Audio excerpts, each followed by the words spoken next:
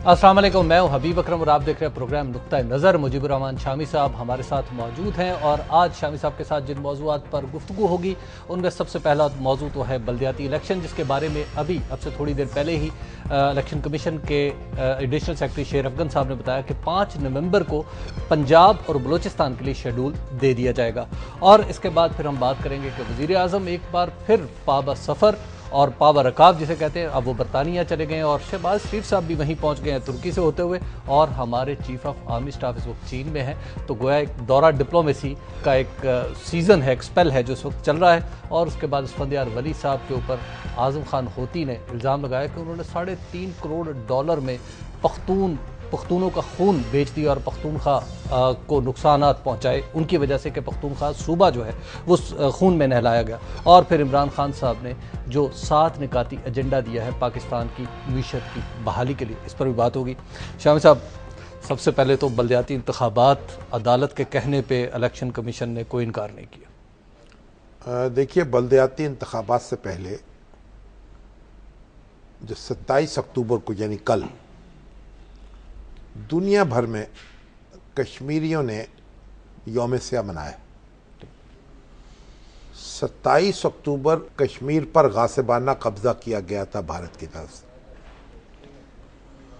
और उसके खिलाफ दुनिया भर में श्रीनगर से लेकर मुजफ्फराबाद तक, मुजफ्फराबाद से इस्लामाबाद तक, इस्लामाबाद से लंदन तक, लंदन से न्यूयॉर्क तक, कोई गोशा और कोई कोना जहां कश्मीरी रहते हैं और मौजूद हैं ऐसा नहीं था जहां उन्होंने सदाए एहतजाज बुलंद नहीं की और स्याह झंडे नहीं लहराए और भारत से ये मुतालबा नहीं किया कि वो कश्मीर से निकल जाए और उन्हें आज़ादी दे। तो ये जो दिन है, कश्मीरियों के उस अज़्म का इयादा किया है इसने, और हमें ये बात समझनी चाहिए कि कश्मीर जो है उसको आज़ाद कराना हर पाकिस्तानी का फ़र्ज़ अव्वलीन है। अच्छा। और जब तक कश्मीर आज़ाद नहीं होगा इस खित्ते में अमन नहीं होगा, पाकिस्तानियों को चैन नहीं होगा। लेकिन शामी साहब, यहाँ पे ये भी सवाल है कि 66 सालों से एहतजाज भी, सदाए एहतजाज भी, जलसे भी, जुलूस भी, मसला वहीं का वहीं। आपको मालूम है कि अंग्रेज़ जो हैं वो सब कॉन्टिनेंट में कितने साल काबिज रहे? ठीक। 1857 में तो कब्जा बाकायदा हुआ, उससे पहले ईस्ट इंडिया कंपनी की हुकूमत थी। बिल्कुल। तो कमोबेश 150 साल की हुकूमत के बाद उनको यहां से रुखसत होना पड़ा। ठीक। तो 60 साल जो हैं भारत के, वो 150 साल से ज्यादा नहीं है। और हांगकांग पर अंग्रेजों ने कब कब्जा किया? 99 साल उनका कब्जा, और फिर उनको जाना पड़ा वहां से। तो दुनिया में वक्त जो है ना, उससे आप आजादी को कैद नहीं कर सकते। ठीक। कि इतना अरसा हो गया है इसलिए अब आपको आजाद होकर क्या मिलेगा? जज्बा जिंदा है। और देखिए, कश्मीर जो है पाकिस्तान की खारजा पॉलिसी का एक बुनियादी पत्थर रहा है, कॉर्नर स्टोन रहा है और आज भी है। अच्छा। पहले दिन से लेकर आज तक कश्मीर पर कंसेंसस है। तमाम पाकिस्तानी किसी रंग, नस्ल, मज़हब से ताल्लुक़ रखते हों, किसी फ़िरक़े से, अक़ीदे से ताल्लुक़ रखते हों, यक ज़ुबान है कि कश्मीरियों को उनके मुस्तक़बिल का फ़ैसला करने का हक़ मिलना चाहिए। और आपको मैं तारीख़ के बड़े वाक़यात हैं जी। आप देखें, ये पूरा कश्मीर जो था वो हड़प करने का मंसूबा बनाया था भारत ने, और इसमें से एक बड़ा हिस्सा जो था वो आज़ाद करा लिया, लोगों ने बगावत कर दी। हमारे कबायली इलाकों से भी लोग पहुँचे, रज़ाकार भी पहुँचे, कश्मीरी अवाम भी उठ खड़े हुए, और आज़ाद कश्मीर जिसे आज मुजफ्फराबाद और मीरपुर और फिर गिलगित और बल्तिस्तान उनके साथ मिलते हैं, अगरचे वो गिलगित और बल्तिस्तान ख़ुद को कश्मीर का हिस्सा नहीं समझते, लेकिन एडमिनिस्ट्रेटिवली उस वक़्त वो कश्मीर का हिस्सा थे। जी। तो जब भारत ने इल्हाक किया कश्मीर का और महाराजा जो था उसको मजबूर करके, पहले तो वो दस्तखत हासिल किए कि दस्तखत भी हासिल नहीं किए और एक झूठा ऐलान कर दिया। तो मैं आपको बताऊं, अगर ये पूरा कश्मीर भारत के पास हो जाता तो खैबर पीके में उसकी बराह रास्त दखल अंदाजी होती। बिल्कुल। और उस वक्त बहुत बड़ी मूवमेंट थी जो एंटी पाकिस्तान मूवमेंट थी, वहाँ जो कांग्रेस के हामी अनासर थे वहाँ थे। अब्दुल गफ्फार खान साहब, जिनका हम बड़ा एहतराम करते हैं, लेकिन ये एक हकीकत है कि वो कांग्रेस के एलाई थे और चाहते थे कि अपने सूबे को थर्ड ऑप्शन दी जाए, जो उस वक्त नहीं मानी गई। तो अगर ये कश्मीर के लोग बगावत ना करते और रजाकार और कबायली जाकर वो हिस्सा आज़ाद ना कराते तो भारत जो है वो हमें बिल्कुल घेरे में ले लेता, क्योंकि उसकी सरहदें सूबा पख्तूनख्वा से मिल जाती और फिर आप अंदाज़ा लगा सकते हैं कि पाकिस्तान पर दबाव में कितना इजाफा होता। तो अल्लाह ने उसका एक हिस्सा जो है उसको आज़ादी नसीब कर दी और हमें उम्मीद है और यकीन है कि ये आज़ादी जो है बाकी हिस्से को भी नसीब होगी इंशाअल्लाह। और कई बार ऐसा हो चुका, मंजिल करीब आ चुकी और करीब आकर दूर हो गई। जब शेख अब्दुल्ला जो थे आखिरी, जी जी, ये जो 1960 नहीं 60s में थे, 60s में 1964 की बात है, 63 की बात है, ये शेख अब्दुल्ला जो हैं जब आए हैं और रहा होके बड़ी तवील कैद काटी उन्होंने पंडित नेहरू के नुमाइंदे बनकर, और अयूब को कहा कि पंडित नेहरू जो हैं वो अब कायल हो गए हैं, मसला कश्मीर का को हल तलाश करना चाहिए, और ये कन्फेडरेशन की तजवीज़ भी पेश की उन्होंने। अच्छा। कि पाकिस्तान, इंडिया और कश्मीर के दरमियान कन्फेडरेशन कायम हो जाए। अयूब खान ने वो तो नहीं मानी, लेकिन बहरहाल दूसरी तजावीज़ पर तबादला ख्याल जारी था कि नेहरू के इंतकाल की खबर आ गई। यानी जब ये उम्मीद हुई या इशारा मिला कि वो अपनी हठ धर्मी को छोड़ने का इरादा रखते हैं तो उन्हें दस्ते अजल ने आ लिया, और उसके बाद भी तारीख के वाक़यात कई हैं, मामलात जो हैं मामलात उलझे हैं, सुलझते सुलझ उलझ गए हैं। और अभी आप देखिए नवाज शरीफ साहब, आखिरी मौका जो था वो नवाज शरीफ साहब की और वाजपेयी की जो मुलाकात हुई, उसके बाद ये पैदा हुआ था कि ये मसला हल हो जाए। बीजेपी एक इरादा किए हुए थी कि इस मसले को हल करना है, और एक मुफाहमाना टोन जो थी आ चुकी थी, और उसके बाद परवेज मुशर्रफ और मनमोहन सिंह के दरमियान भी कुछ अच्छा बातचीत ऐसी हुई, लेकिन फिर तारीख जो है हमें दूर ले गई, वाक़यात और आ गए। बहरहाल एक अब लोग कहते हैं, खुद पाकिस्तान में भी कहा जाता है, कश्मीर में भी, कि ऐसा हल तलाश करना पड़ेगा जो तीनों फरीक जो हैं उनको काबिल कबूल हो। किसी एक फरीक का हल जो है शायद ना ठोसा ना जा सके। ये एक मतलब सोच जो है वो यहाँ आके ठहरी है। एक ब्रेक का वक्त आ गया, ब्रेक के बाद हम गुफ्तगू आगे बढ़ाएंगे। आप देखते रहिए नुक्ता नजर।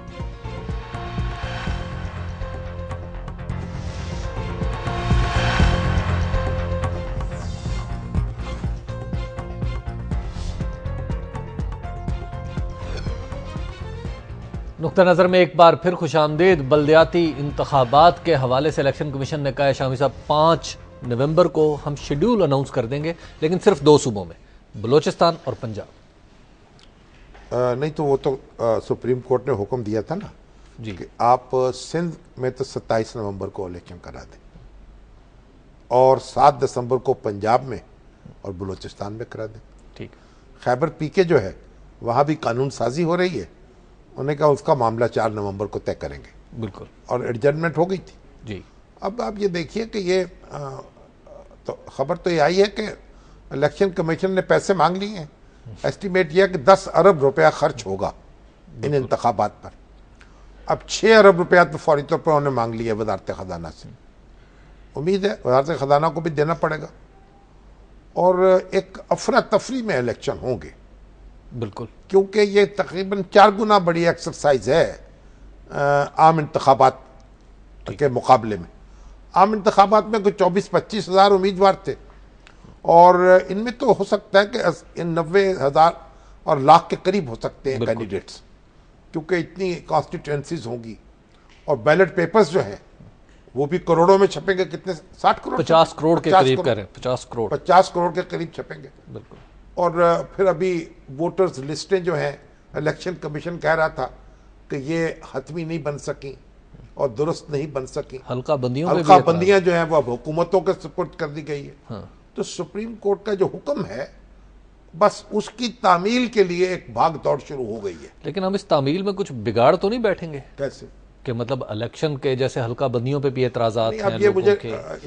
लग रहा है कि अगर ये इलेक्शन ऐसा ना हुआ जैसा कि होना चाहिए, मुनसिफाना इलेक्शन और काबिल इत्मीनान इलेक्शन, और एक अफरा तफरी में और हड़बोंग में हुआ, तो इसके बहुत दूररस असरात होंगे और हमारे सिस्टम को ये कमज़ोर कर सकता है। बिल्कुल। और इससे जो सियासी जमातों के दरमियान महाजर आई है उसमें अदाफा हो सकता है।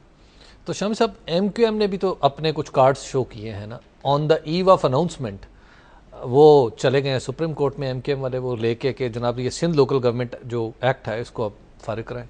ये ठीक ही नहीं? नहीं, वो तो देखें, कानून साजी तो हक है ना सूबाई असेंबली का। बिल्कुल ठीक है। अब अगर उसमें कोई चीज़ दस्तूर के खिलाफ है तो फिर तो अदालत जो है उसका जायजा लेगी। ठीक है। और अगर दस्तूर के खिलाफ नहीं है, ये कहा जाता है कि दस्तूर में ये कहा गया है कि तमाम इख्तियारात जो हैं, जो फाइनेंशियल इख्तियारात भी हैं, वो नीचे तक मुंतकिल किए जाएंगे। दस्तूर की उस दफ़ा की इंटरप्रटेशन का सवाल है, लेकिन मैं नहीं देखता कि इंतखाबी अमल जो है उसको रोका जा सकता है या रोका जा सकेगा। अच्छा। क्योंकि दरख्वास्त तो दायर कर दी गई है, लेकिन कोई अभी हुक्म इम्तनाई नहीं मिला। ठीक है। अगर तो स्टे मिल जाए तो स्टे कैसे मिलेगा? सुप्रीम कोर्ट तो कह रहा है कि आप इलेक्शन कराएं, तो हाई कोर्ट जो है वो इलेक्शन को कैसे रोक सकता है? बिल्कुल। तो अब तो जो कुछ भी है ये दाल दलिया, ये आपको निगलना पड़ेगा। बस माँ हजरत तनावुल फरमाएं और उसके बाद जो भी हो देखी जाएगी। पेट में दर्द हो या कोई वोमिटिंग हो जाए या कोई और गुड़गुड़ हो जाए, वो देखी जाए, बाद में देखेंगे। पहले ऑपरेशन कर लेंगे, बाद में देखेंगे। जब हशर का दिन आएगा उस वक्त देखा जाएगा। शामी साहब, अगली खबर है दौरा डिप्लोमेसी। शामी साहब, वजीर आजम अमरीका से, पहले अक़वाम मुत्तहिदा से आए, फिर अमरीका से आए, अब बरतानिया। देखिए, जो वजीर आजम का दौरा अमरीका है ना, ये तो हमारे दोस्त अहबाब तो कई ऐसे हैं जो बिल्कुल यानी एक मुसल्ला होकर हमलावर हो चुके हैं इस दौरे पर। तरह तरह के नुक्ते निकाले जा रहे हैं। कोई कह रहा है जनाब कैरी से मिलने क्यों गए वजारत खारजा के दफ्तर में, कोई कह रहा है कि जनाब वो डिप्टी सेक्रेटरी एनर्जी की उससे मिलने क्यों गए, और कोई कह रहा है कि नहीं देखिए असल में वजीर आजम के पास बहुत से ओहदे हैं ना, तो वजीर खारजा के तौर पर तो उनको जाना पड़ा कैरी के पास, और एनर्जी मिनिस्टर, क्योंकि एनर्जी मिनिस्टर भी कोई नहीं था साथ, इस वजह से उनको जाना पड़ा वो डिप्टी सेक्रेटरी के पास। और इसी तरीके से जो छोटे मोटे अहलकार हैं उन तक जाते रहे, मुख्तलिफ अपनी जिम्मेदारियाँ, क्योंकि वजीर दफा भी हैं वो, बिल्कुल, और वजीर खारजा भी है, तो ये सारी जिम्मेदारियाँ निभाते रहे और बिल आखिर वजीर आजम के तौर पर ओबामा साहब के साथ मुलाकात कर ली। ठीक। अब ये नुक्ते जितने भी निकाल लें, अभी तो ये खबर आ रही कि जनाब उनको तो कांग्रेस कमेटी जो थी उसमें बहुत सख्त सरजनश हुई और लोग जो थे वो पंजे झाड़कर जनाब पीछे पड़ गए। शकील अफरीदी को रहा करो, और शकील अफरीदी की रिहाई जो है वो फॉक्स न्यूज़ जो है उसने खबर दी है कि शकील अफरीदी जो है उसकी रिहाई से पता चलेगा कि पाकिस्तान जमहूरी मुल्कों में क्या मुकाम रखता है। तो अब शकील अफरीदी जो है वो हमारा शहरी है, उस पर उनकी नजर करम है। तो वजीर आजम कुछ माने नहीं, तो वो क्या बात, वजीर आजम तो देखें, वो तो बार बार ये कहा गया कि जनाब वजीर आजम तो हैरान हुए तो ये क्या बात हो रही है। खाना खाने से पहले चंद मिनट उन्होंने ये मुलाकात की थी साइड उस पे रूम में, और उसके बाद ये उन्होंने कहा कि इस तरह का नक्शा पेश हुआ। लेकिन बहरहाल ये तो हिस्सा है फिर इस सारे खेल का। शामी साहब, आप बरतानिया में कह रहे हैं करज़ई से भी मिलेंगे। देखिए, वजीर आजम जो है, पहली बात तो आप सुन लें कि ये जो दौरे हैं ना, इनका कुछ ना कुछ फायदा भी होता है। अच्छा, वो कैसे? आप देखिए, अब वज़ीर आज़म पाकिस्तान आए हैं, बहुत तवील अरसे के बाद उन्होंने इक़्तिदार संभाला। अब आलमी लीडरों से मुलाकात का मौका मिल रहा है, वो उनको बुला रहे हैं, उनसे तबादला ख्याल हो रहा है, कुछ अपनी बात सुनाएंगे, कुछ उनकी सुनेंगे, एक दूसरे को समझेंगे और कुछ न कुछ ताउन का रास्ता भी निकालेंगे। पाकिस्तान के हक में है ये दौरा अमेरिका जो है। अगर जो लोगों ने तो इसको बहुत मनफी बनाया, मगर मेरा ये ख्याल है कि इसमें एक राब्ते तो बहाल हुए हैं, तो उस तरह का मनफी मामला तो मुझे नजर नहीं आया। हाँ, कामयाबी आप पता नहीं क्या है कि नहीं है, ये आहिस्ता आहिस्ता खुलेगी। और अभी ये जो लंदन में भी जा रहे हैं, वैसे दिलचस्प बात है कि लंदन से वो तशरीफ लाए, 2 दिन क्याम किया, 2-3 दिन यहाँ, फिर वापस तशरीफ ले गए। लेकिन अब वहाँ ये है कि एक आलमी इक्तिसादी फोरम जो है उसका इजलास भी तो हो रहा है ना, बिल्कुल, उसमें भी जाना है। तो हम घर में ताला बंद करके तो बैठ नहीं सकते, कुट्टी नहीं कर सकते दुनिया से। तो हमारे अपने मसाइल हैं, मुश्किलात हैं, लोगों से मिलना होगा, उनके दरवाजे खटखटाने होंगे, उनके दिलों पर दस्तक देनी होगी, अच्छा, उनमें कुछ उतरने की कोशिश करनी होगी। सब चले, ये तो हो गए वजीर आजम, फिर वजीर आला और चीफ वजीर आला को तुर्की बहुत अच्छा लग रहा है। हाँ। और वो तुर्की में थे, अब तुर्की से वो भी अब वजीर आजम के तुर्की में तुर्की हैं। लेकिन अब वो लंदन पहुंचे, उसी कॉन्फ्रेंस में वो भी शिरकत करेंगे। वहाँ उनका बड़ा अच्छा इस्तकबाल हुआ है और उन्होंने बड़ी धुआंधार तकरीरें की, पब्लिक गैदरिंग से एड्रेस किए। देखिए पंजाब में भी पाकिस्तान, तुर्की जो है हमारे मुसलमान मुल्कों में यानी तरक्की याफ्ता मुल्कों में शुमार होने लगा है उसका, अब तरक्की पजीर मुल्क नहीं रहा। अच्छा। तो उसके साथ मिलके, उसके तजर्बात से इस्तेफादा करके हम बहुत कुछ मामलात अपने ठीक कर सकते हैं। तो अगर ऐसा हो जाए तो अब ये दौरे जो हैं इनसे हमें घबराना नहीं चाहिए। अगर इन पे अखराजात कम होने चाहिए, लोग सिर्फ काम के जाएं। अगरचे यहाँ तो ये आलम है कि जो दौरा अमेरिका है इसको जिस तरह मैनेज किया गया, मुझे उस पर बड़ा ताज्जुब हुआ। ना उस जाने से पहले किसी मीडिया के लोगों को ब्रीफ किया गया, ना जो वहाँ साथ गए थे उनको वहाँ कोई शर्फ मुलाकात बख्शा गया, ना कोई हमारे जो मुशीर खारजा कहीं नजर आए, ना तारिक फातमी साहब, जो लोग वहाँ गए थे साथ, वो शिकायत करते पाए गए। और कुछ मालूम नहीं, वो एक जहाज में पहुंचे, वज़ीर आज़म दूसरे जहाज में पहुंचे, उनकी अपनी डफली, उनका अपना राग। और ये जो अफरा तफरी है। और फिर ये पहली बात तो ये है कि जब भी आप दौरे पे जाते हैं आपको बताना चाहिए, लोगों को एतमाद में लेना चाहिए हमारे अहदाफ क्या है, हमारा एजेंडा क्या है, हम चाहते क्या है, ठीक है, ताकि उसकी कामयाबी और नाकामी का जायजा फिर उस हवाले से लिया जाए। बिल्कुल। तो यहाँ जो हर चीज खिलाफ में छोड़ देते हैं आप, तो फिर खाना खाली ना देव में गिरत, वहाँ देव तजजियों के देव हैं, वो आके बैठ जाते हैं। हो सकता है हम ये पूछने गए हों कि आप क्या चाहते हैं। हाँ, ये भी जरूरी बात है, वो खुद ही बता देंगे कि हम क्या चाहते हैं। हम असल में बात यह है, तबादला ख्याल किसे कहते हैं, इसी को तो कहते हैं। बिल्कुल। शाहबाज साहब, ब्रेक का वक्त आ गया, ब्रेक के बाद हम गुफ्तगू आगे बढ़ाएंगे और फिर इमरान खान साहब और असफंदियार वली साहब भी ज़ेरे गुफ्तगू आएंगे। आप देखते रहिए नुक्ता नज़र।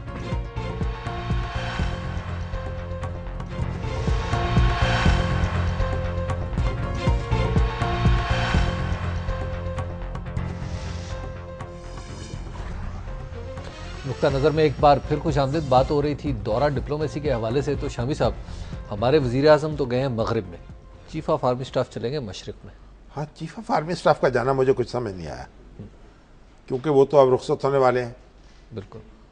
तो रुखसती से पहले वो चीन गए, या तो उनको कोई यकीन है, ये कोई ऐसी सूरत है कि उनका रोल कुछ ना कुछ बरकरार रहेगा, ठीक, किसी न किसी दर्जे में और किसी न किसी तरीके से, तो इसलिए वो गए हैं पूरे एतमाद के साथ।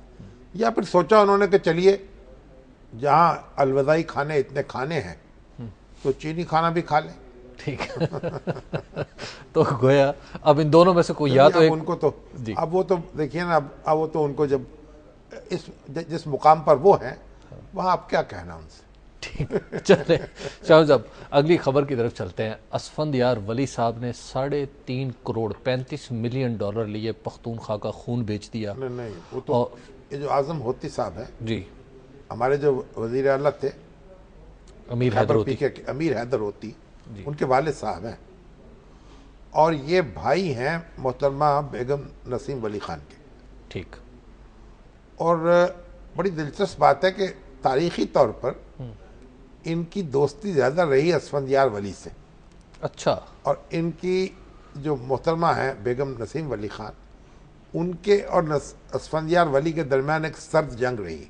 अच्छा, और बिल्कुल। कभी कभी तो गर्म भी बंद हो जाती थी। और देखिए, ये सौतेली और सगे का कुछ मामला तो सौतेलापन तो होता है ना कुछ न बिल्कुल। कुछ, तो वो बहरहाल उनकी पॉलिटिक्स में भी था, एक खटास रही। मगर इन्होंने यकसुई के साथ असफंदियार वली का साथ दिया, अपनी बहन का साथ नहीं दिया। ठीक। और जब नवाज शरीफ साहब की हुकूमत थी तो ये तो मेरे ख्याल वजीर तामीरात थे। जी बिल्कुल, कम्युनिकेशन के मिनिस्टर, कम्युनिकेशन मवासलात, मवासलात के। तो उस वक्त इनके मवासलाती राब्तों की बड़ी धूम थी। तो कहाँ कहाँ पहुंचे और कैसे कैसे पहुंचे और कहाँ कहाँ क्या कुछ किया। तो नवाज शरीफ साहब से बड़ा मजबूत ताल्लुक था, बल्कि कहते थे कि ANP के और नवाज शरीफ साहब के दरमियान जो है ये कितना बड़ा पुल है, ये मजबूत पुल है। जी। तो ये पुल बरकरार रहा। फिर इनके बच्चे जो हैं, बेटे आ गए सामने, और ये अपना इत्मीनान से अपनी जो जवानी की कमाई थी वो बुढ़ापे में उससे लुत्फानंदोज होते रहे। जी। अब बरसे हैं जनाब असफंदियार वली पर। मैं आपको दिखाऊं कैसे बरसे हैं? हाँ जी, बस। मैं दिखाएं जी कैसे बरसे हैं जनाब आजम खान होती साहब असफंदियार वली साहब पे। अवामी नेशनल पार्टी के सर पे सौदा हुआ है और एक मोहतात अंदाजे के मुताबिक तकरीबन $3.5 करोड़ लिए गए। आज अवामी नेशनल पार्टी के 800 शहीदों का खून तेल बन के असफंदियार के दुबई के महल और मलेशिया के होटल और शॉपिंग प्लाजों को रोशन कर रहा है। इस शख्स ने पार्टी तबाह कर दी है, इसने और अफरा साहब ने। ये चोर हैं, ये डाकू हैं। जी, आपने देखा शामी साहब, अफरा साहब खटक साहब के बारे में क्या कह रहे हैं वो? भाई उन्होंने जो इल्ज़ाम लगाया कि उनकी जायदादें हैं, इसकी तो तहकीकात होनी चाहिए।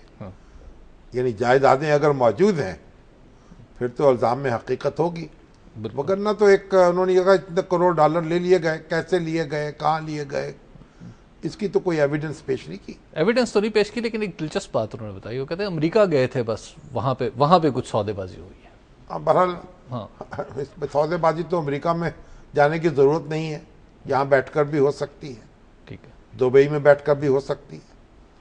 बल्कि वहाँ जाकर तो ज़रा सौदेबाजी शायद मुश्किल हो जाती होगी, क्योंकि माल असबाब उठाना तो मुश्किल होता है। बिल्कुल। कुली चाहिए होते हैं, अब कुली ही चुगलखोरियाँ कर देते हैं। आपने देखते जिस तरीके से वो कोटकना केस जो है बेनज़ीर भुट्टो साहबा का और आसिफ अली जरदारी साहब का, तो बहरहाल ये अब जो कुछ कहा है इन्होंने, इसकी तहकीकात होनी चाहिए। और अगर वाकई उनकी जायदादें मौजूद हैं फिर तो ये वज़न होगा इस गुफ्तगू में, और अगर जायदादें मौजूद नहीं हैं तो फिर इनको भी एक सियासी गुफ्तगू समझा जाएगा कि गुस्सा आया है किसी बात पर, ठीक है, और बस उबल पड़े। मामू भांजे की लड़ाई। मामू भांजा नहीं, अच्छा, हाँ मामू होंगे वो। मामू सुतेले मामू। भाई तेरे मामू नहीं भाई, हाँ, ये असफंदियार वली, जो असफंदियार वली के ये मामू होंगे ना। बेगम नसीम के बेटे हैं ना जी, और ये उनके भाई हैं जी। हाँ, सुतेले मामू जो है वो हो गए। वो इनके नहीं, उनके मामू तो सगे, वो सुतेले भांजे। शामी साहब, जब हम ANP की बात करें या मौलाना की बात करें तो एक नाम लाजमी आता है, और वो है इमरान खान साहब, जो सब कुछ रौंद के इस वक्त KPK में जाहिर है कि उन्होंने हुकूमत बनाई है। नहीं, KPK में तो दंदना रहे हैं वो इमरान खान साहब, लेकिन वो दहशतगर्दी उनके काबू नहीं आ रही। कभी कोई वारदात, कभी कोई वारदात। अब उस पर तो हमारे जो खैबर पख्तूनख्वा के हैं ना, परवेज खट्टक साहब, वजीर आला जी, उन्होंने कहा हम तो नेटो की सप्लाई रोक देंगे वगरना अगर ड्रोन ना रुके। हाँ, तो तो शामी साहब, अब वो लोगों ने कहा कि अच्छा आप भी उनको उनकी तरफ देखा और फिर कहा अच्छा। फिर मुस्कुरा दिए, फिर कहा अच्छा। तो बहरहाल जी, अगर अब इमरान खान साहब हैं, उन्होंने बड़ी धुआंधार प्रेस कॉन्फ्रेंस की। पहले तो उन्होंने कहा कि जनाब ये सारी जो टैक्स है, बिजली महंगी की गई है, गैस महंगी की गई है, ये गलत है। और उसके बाद ये कहा कि टैक्स नेट में लोगों को लाया जाए, और बहुत कुछ बातें उन्होंने की जी। साथ कहा जी, टैक्स इवेजन है, नए टैक्सेस लगाने के बारे में, जाती रहायश गाहों को वज़रा आला हाउस करार देने की रस्म खत्म की जाए। यानी ये भी एक बड़ी नामुनासिब बात है। फिर 30 लाख अफराद जो हैं जिनके नाम आइडेंटिफाई हो चुके हैं उनको टैक्स नेट में लाया जाए। और बहुत से मुतालबात उन्होंने किए हैं, बहुत में वजन भी है। लोग जो हैं जायदादें अपने जो जिनके एसेट्स बाहर हैं, मालो इसबाब बाहर है, वापस लेके आए मुल्क में। बिल्कुल। और लेकिन ये सारी बातें अपनी जगह पे हैं, उनका बड़ा वजन है और उनकी और लेकिन शामी साहब ये इसकी रिसेप्शन क्या गवर्नमेंट में है? असल बात तो ये हाँ नहीं, कि एक तो उन्होंने कहा अपोजिशन लीडर नैब के चेयरमैन में बड़ी तनकीद की कि ये मुकमुका से हो गए हैं और इन सबके मुकदमे खत्म होते जाएंगे। कहा अपोजिशन लीडर बदलेंगे, हम खुर्शीद शाह साहब की जगह कोई दूसरा आदमी लेके आएंगे। अब ये खबर आई कि जो शेख रशीद साहब है अपने जी, वो कोशिश में है कि MQM और PTI दोनों उनको तस्लीम कर ले तो वो लीडर हो जाए जी। और लीडर अगर ये दोनों वोट उनके हक में दे दें तो खुर्शीद शाह साहब घर चले जाएंगे जी। लेकिन फिर PTI की जो कोर कमेटी मिली तो उन्होंने कहा नहीं जनाब, हम तो इमरान खान हमारे कैंडिडेट हैं। इमरान खान के कैंडिडेट होने का मतलब यह है कि खुर्शीद शाह साहब भी रहेंगे क्योंकि इमरान खान साहब के पास तो मेजॉरिटी नहीं है। बिल्कुल। और MQM उनको वोट देने से रही और या MQM से वो वोट लेने से रहे। अगर वो वोट MQM के लेंगे तो उनके लिए मुश्किल सूरत हाल पैदा हो जाएगी। तो शेख साहब का ख्वाब जो है वो भी बिखर गया है और जो इमरान खान साहब ने आरजू जाहिर की थी वो उसमें भी रंग भरता नजर नहीं आ रहा। शामी साहब एक ब्रेक का वक्त हो गया है, ब्रेक के बाद हम आएंगे दोबारा आपकी खिदमत में और फिर आपको एक दिलचस्प वीडियो भी आज दिखाएंगे। हमारे शो का हिस्सा है वो वीडियो, हमें खुसूसी तौर पे हमारे एक व्यूअर ने भेजी, वो आपको दिखाएंगे कि उसमें क्या है और फिर उस पर बात भी होगी। आप देखते रहिए नुक्ता नज़र।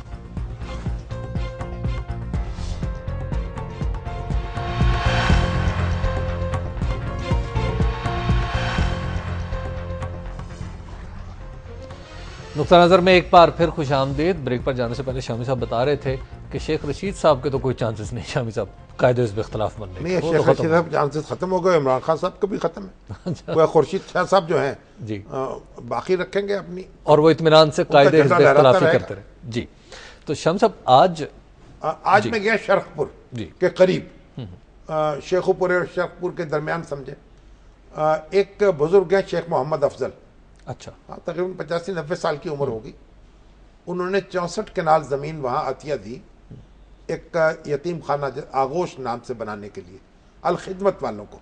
ठीक है। और उन्होंने वहाँ FOF जो है फाउंडेशन ऑफ फेथफुल्स, अच्छा, ये अमरीकी मुसलमान जो हमारे पाकिस्तानी हैं उनकी ऑर्गेनाइजेशन है। अच्छा। और मुश्ताक जावेद साहब हमारे बड़े पुराने अजीज दोस्त हैं, वो इसके सरबराह हैं, वो भी आए हुए। तो उन्होंने उसकी संग के बुनियाद रखा गवर्नर पंजाब ने, अच्छा, चौधरी मोहम्मद सरवर साहब ने। ठीक। और बड़ी ज़बरदस्त तकरीर हुई। ये हम लोग जो हैं ये शेख मोहम्मद अफजल जो हैं बुज़ुर्ग, इनकी तरह की मिसालें हमें कायम करनी चाहिए। और ये जो अल खिदमत है जमात इस्लामी से करीब है। और गवर्नर सरवर साहब ने एक बात बड़ी दिलचस्प कही, उन्होंने कहा देखिए ये लोग जो हैं खिदमत बड़ी करते हैं, मैं जहाँ चाहता हूँ भाई नोट इनको दो लेकिन वोट जरा तो लोग नोट तो देते हैं लेकिन वोट जो है वो बहरहाल बड़ा सोच समझ के इस्तेमाल करते हैं। शामी साहब ये तो आप मुसलमानों की सूरत हाल बता रहे हैं पाकिस्तान में, ये तो देखिए बड़ी अच्छी तकरीब थी। अच्छा। और गवर्नर पंजाब जो है ना, एक उन्होंने एक लहर तो आ गई ना उनसे, बिल्कुल। कल्चरल प्रोग्रामों में जाते हैं, अपने इस तरह समाजी तकरीबात में, तालीमी सरगर्मियों में, फलाही अदारों में जाते हैं और एक हुकूमत का और इन अदारों का एक ताल्लुक मजबूत किया है उन्होंने। ठीक। तो शामी साहब मैं आपको एक वीडियो दिखाना चाहता हूं जिसमें मुसलमानों के बारे में ही बातचीत की गई है और वो आप देखें। और वो वीडियो भेजी है वहीद चौधरी साहब ने। Chaudhary Waheed Sahab of Hunza group ji of industries ji, आप जरा वो भेजी हुई वीडियो देखें, मैंने तो देखी है और आप भी देखें और फिर आपसे बात शामी साहब से बात भी करते हैं। दिखाएं जी वो वीडियो। सहारा टीवी का है क्लिप जी, एक भारतीय टीवी से ये उठाई गई है, आप जरा देखिए। तो मुरादाबाद में एक गांव में फतवे की वजह से लोग जो हैं वो अजीबोगरीब हालात से गुजर रहे हैं। देवबंदी मत के इमाम से पढ़ाई गई जनाजे की नमाज के कारण बरेलवी मत के लोगों को फिर से निकाह करने का फतवा आ गया। पूरे गांव में ही नहीं दूर दूर तक इस फतवे को लेकर चर्चाएं हो रही हैं। मुरादाबाद के थाना पाकबाड़ा के अहरौला माफी गांव में इन दिनों निकाहों का दौर चल रहा है। लेकिन ये निकाह किसी रस्म के तहत नहीं बल्कि पश्चाताप की वजह से हो रहे हैं। दरअसल परेशानी तब शुरू हुई जब 11 अगस्त को गांव के बुजुर्ग मास्टर नजाकत हुसैन तुर्क की नमाज जनाजा अब्दुल मोहम्मद ने पढ़ा दी। मामला तब उलझ गया जब मालूम चला कि नजाकत हुसैन तो बरेलवी मसलक के थे और नमाज जनाजा पढ़ा दी देवबंदी मसलक के इमाम ने। लिहाजा बरेलवी मसलक के लोगों की न सिर्फ नमाज नहीं मानी गई बल्कि उनके निकाह को भी खारिज कर दिया गया। जिन लोगों ने उस देवबंदी ख्यालात के शख्स के पीछे नमाज पढ़ी है तो उनके निकाह जो हैं वो टूट गए। उनको दोबारा अपनी बीवियों से निकाह पढ़ना चाहिए। जो लोग नमाज जनाजा में शामिल नहीं हुए थे उन्होंने मसले को सुलझाने के लिए मुरादाबाद के मुफ्ती से फतवा मंगवाने का फैसला किया और जब फतवा आया तो गांव में भूचाल आ गया। फतवे में देवबंदी मसलक के इमाम के पीछे नमाज पढ़ने को नाजायज तो करार दिया ही गया, नमाज पढ़ने वाले बरेलवी मसलक के लोगों को दोबारा निकाह पढ़ने की हिदायत भी दे दी गई। जाहिर है कि जब उसने कुफ्र के अकीदे रखने वाले के पीछे नमाज पढ़ी, आया वो कोई भी हो, तो उसकी नमाज नहीं है और जानबूझकर उसने ऐसा किया है तो वो भी उसी जुमरे में दाखिल है। इसलिए उसको दोबारा कलमा पढ़ना होगा और अगर निकाह है तो वो टूट गया, फिर से दोबारा निकाह करना होगा। इस फतवे से गांव में अफरा तफरी मच गई। ईमान को पुख्ता करने का दौर शुरू हुआ और गांव में दोबारा निकाह पढ़ने की प्रक्रिया भी शुरू हो गई। अब तक सैकड़ों लोगों का निकाह पढ़ा जा चुका है। राजुल राज, सहारा न्यूज ब्यूरो।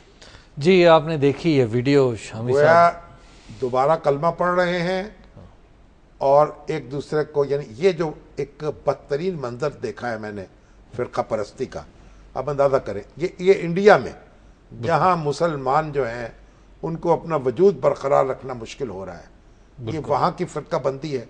और जो पाकिस्तान में भी इंडिया के हमारे भाई बंद जो हैं और रॉ के एजेंसी, उनकी वजह से यहाँ भी तरह तरह के मनाजर देखने आते हैं। लेकिन अल्लाह का करम यह है इस तरह का कोई मंजर आज तक नहीं देखा गया। लेकिन शामी साहब, वैसे हमारे यहाँ भी हालात इतने बुरे ना सही, इतने बुरे हैं। हाँ। और ये हमें नज़र रखने की ज़रूरत है। और सारे जो हमारे अदारे हैं मजहबी, उन पर एक कड़ी नज़र रखने की ज़रूरत है। वहाँ क्या पढ़ाया जा रहा है, क्या सबक दिया जा रहा है, आप अंदाज़ा लगाइए। इस पे आप रोएं या हंसें। शाम साहब, एक समझ नहीं आती कि मक्का में जब जाते हैं सब लोग तो वहां पे तो एक ही मौलवी साहब के पीछे नमाज पढ़ के आ जाते हैं। हाँ, पता नहीं किस तरह वहाँ भी कैसा नमाज हो जाती है, या वापस आके निकाह करते होंगे।